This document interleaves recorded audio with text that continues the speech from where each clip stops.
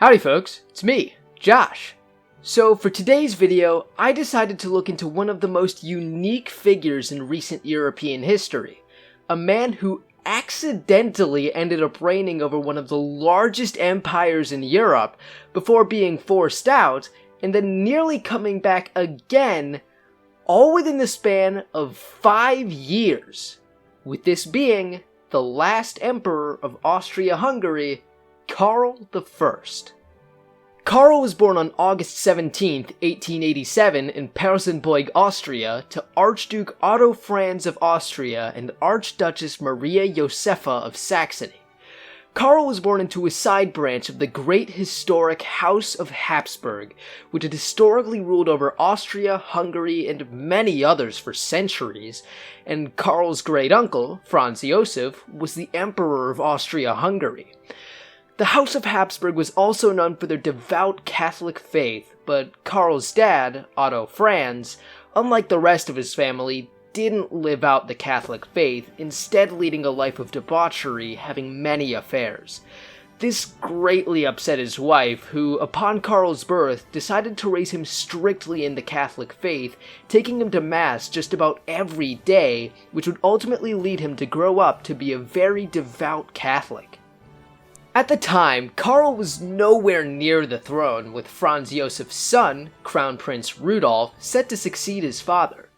And so, Karl was set to live out the rest of his life as an obscure royal, reaping all of the benefits of his family, but not needing to bear any of the burdens. Oh wait! Rudolf just killed himself! Oh dear. After Rudolf committed suicide in 1889, Karl's grandfather and Franz Josef's younger brother, Archduke Karl Ludwig, then became heir. But even so, Karl was still quite a ways away from the throne, as next in line after Karl Ludwig was Karl's uncle. And so, once he had kids, Karl was going to be out of the line of succession. And when Karl Ludwig ended up dying too in 1896, Karl's uncle ended up becoming heir apparent. So, since it still didn't look like Karl was ever going to be emperor, his family didn't bother preparing him to reign, instead having him go to a public high school, which was abnormal for his family.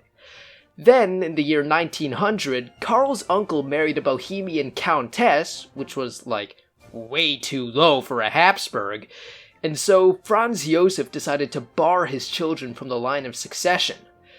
Then, in the year 1906, Karl's dad, Otto Franz, would end up dying of syphilis. And then, all of a sudden, everyone realized that, sooner or later, Karl was gonna be emperor.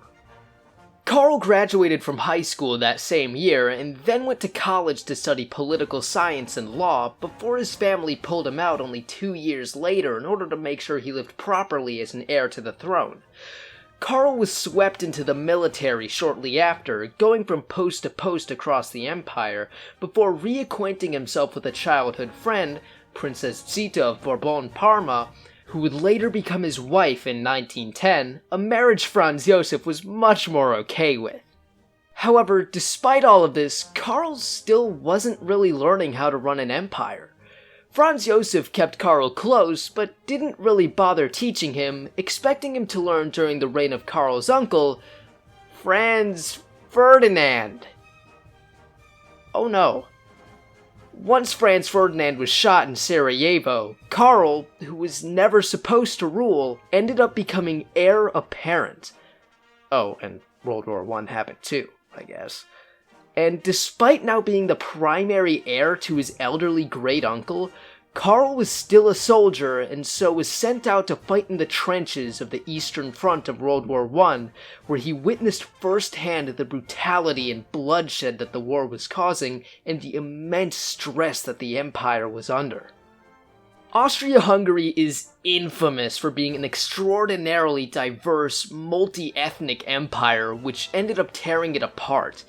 And Karl would end up witnessing this firsthand as he saw how the effects of the war were driving the many peoples of Austria-Hungary apart, before realizing that the only way to save the empire, the Habsburg monarchy, and the millions of lives being brutally slaughtered in the trenches was to end the war as soon as possible.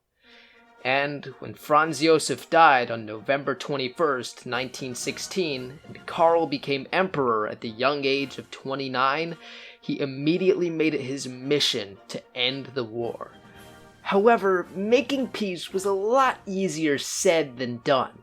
Karl began talks with France to seek a separate peace for Austria-Hungary, but France demanded that Karl give up Austria's last remaining Italian lands, which Karl couldn't agree to.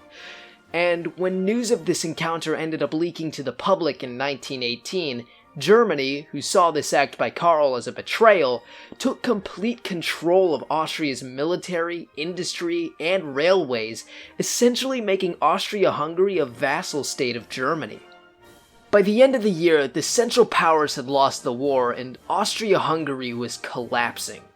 Czechoslovakia declared independence, and Romania, Italy, and the new states of Yugoslavia and Poland all took territory. And Karl, seeing that he was completely powerless at this point, relinquished his powers over Austria, who then promptly proclaimed the Republic of German Austria, seeking to unify with Germany, as well as Hungary, which then proclaimed the Republic of Hungary. But notably, in hopes that he would eventually return, he refrained from ever using the word abdicate. Karl stayed in Austria for several months, but fearing that he might end up meeting the same fate as Nicholas II, who was killed by revolutionaries in his own country after leaving the throne, eventually decided to flee to Switzerland. However, Austria, pissed that Karl left without formally abdicating, then decided to sign into effect what was known as the Habsburg Law, which formally dethroned and banished all Habsburgs in Austria. Meanwhile, in Hungary, things were a mess.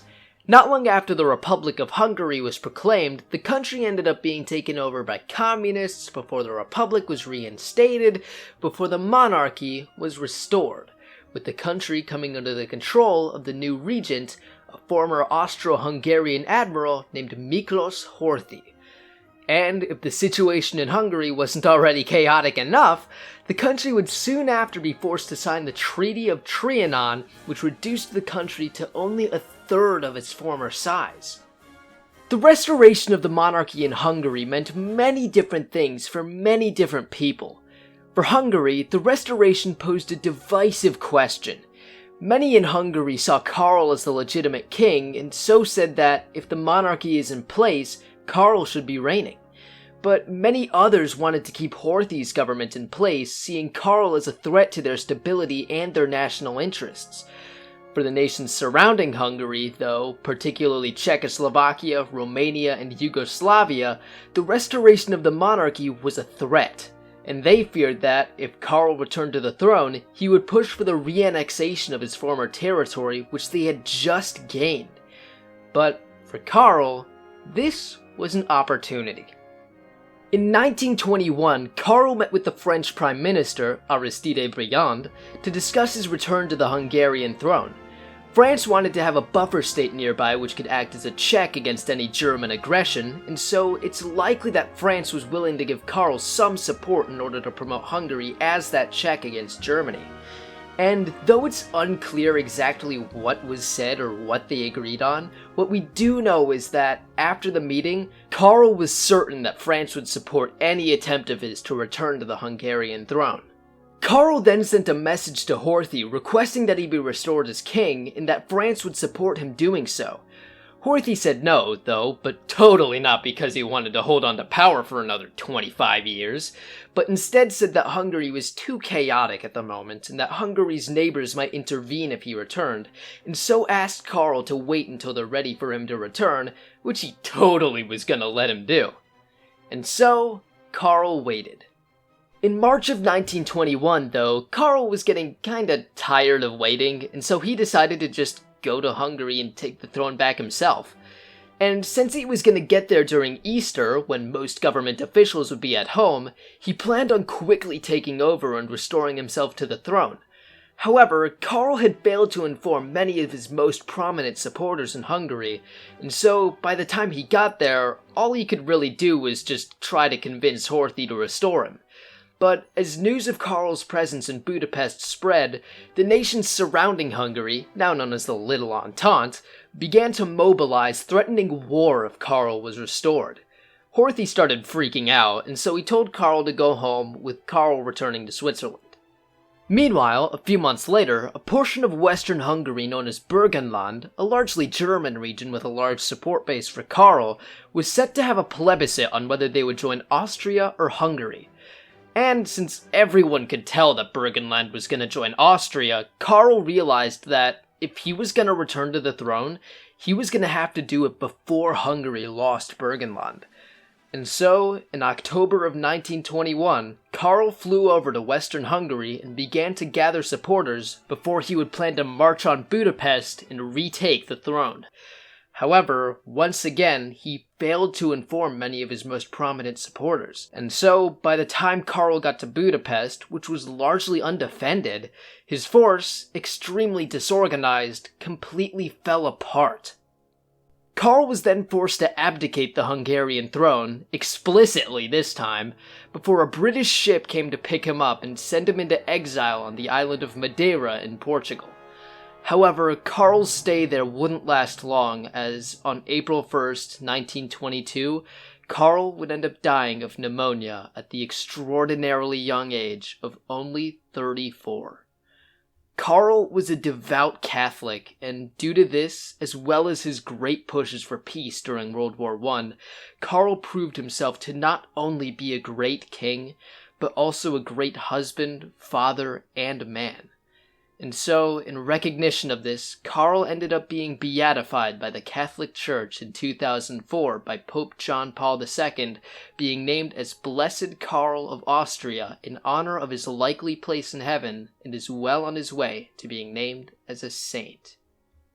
Meanwhile, Horthy would remain in control of Hungary and eventually go on to side with the Axis during World War II in hopes of regaining former land. However, in 1944, after being defeated by the Red Army, Horthy would be deposed and sent to a prison in Nuremberg, Germany, before eventually being released and, ironically, also being forced into exile in Portugal before eventually dying in 1957. But what if that changed? What if, in an alternate timeline, Karl had managed to organize his attempted march on Budapest better and managed to take control of the city and restore himself to the throne? Civil war would immediately end up breaking out between Horthy and Karl's governments, and on their own, Karl would likely hold the advantage, as many officials in Horthy's government would see that Horthy was on the back foot and defect to Karl's side. However, the Little Entente wouldn't be having that. The Little Entente would immediately invade Hungary, which would make matters much worse for Karl. However, Karl was still certain about French support at this point. And though it's unclear whether France would actually aid Karl, let's assume, for the sake of the scenario, that France does support Karl and intervenes on his behalf.